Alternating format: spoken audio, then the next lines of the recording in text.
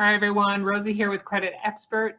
Like in all things, time matters, and that's especially true when it comes to credit scoring. So there's a common belief out there that additional time is always going to be a benefit to the score because it's additional time of on-time payments and longer credit history. And that makes logical, intuitive sense. But since credit scores are a statistical model, that isn't how it works. So let me give you a few examples and help illustrate why it's so important to simulate the addition of time when considering when you're going to repull credit. So we're just looking at a sample profile here in the CreditXpert What-If Simulator, and they're currently at a 714. And I'm going to simulate the passage of 1 month's time to learn that the score is going to decline to a 706. So that doesn't seem to make intuitive sense. And if I go out to 3 months, it's going to decline to 694. So I have these conversations all the time, and there's a few things I want to explain regarding time. So in about 30% of, nearly 30% of all credit profiles that are used in the mortgage industry, they're going to experience a decline in score during the next calendar month. And nearly another 30% are going to have an increase, which is the intuitive way for it to work. And then the remainder will experience no impact on the score. So we're able to simulate time, and it's not because we do some sort of hocus pocus, like people say CreditXpert must know if they've made a big purchase. And we don't know that, otherwise we'd probably be in a different industry. What we do know is what's in the credit data, and we can age that credit data out to forecast the expected score.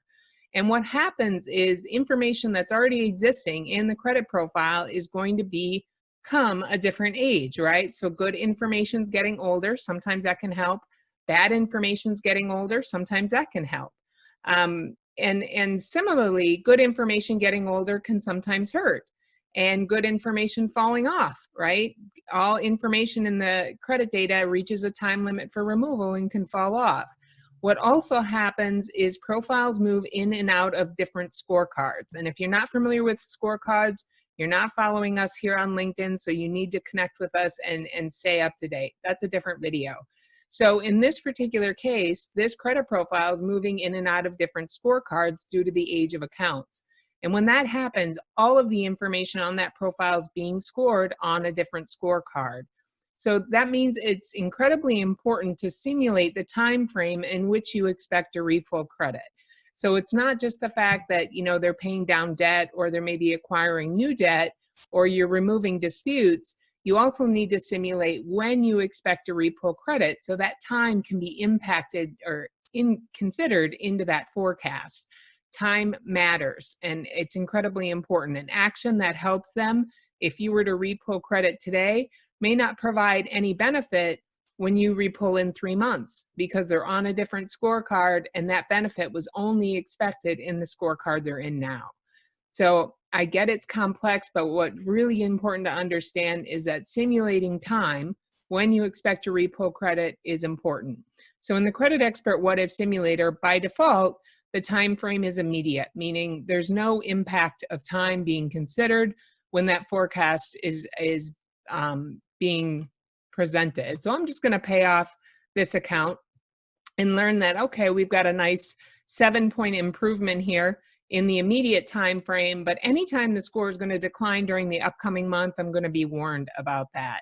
So in this case, it happens to be about a piece of information that's becoming old enough to be considered. It's already there in the credit report, but now it's old enough to be considered.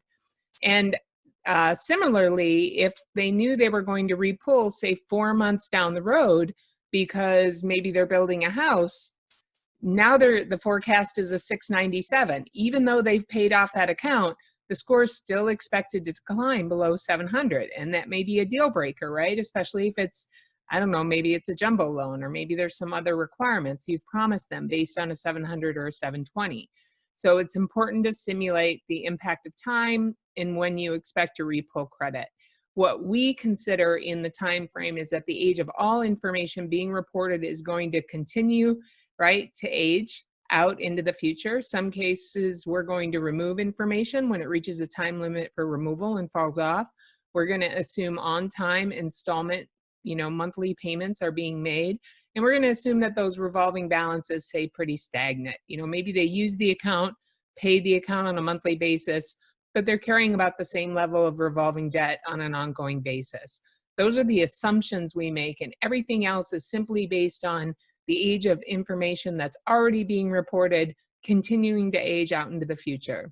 So when you're using our products, be sure to consider when you expect to repull credit, and consider that in your forecast by simulating the change in time frame in the CreditXpert What-If Simulator.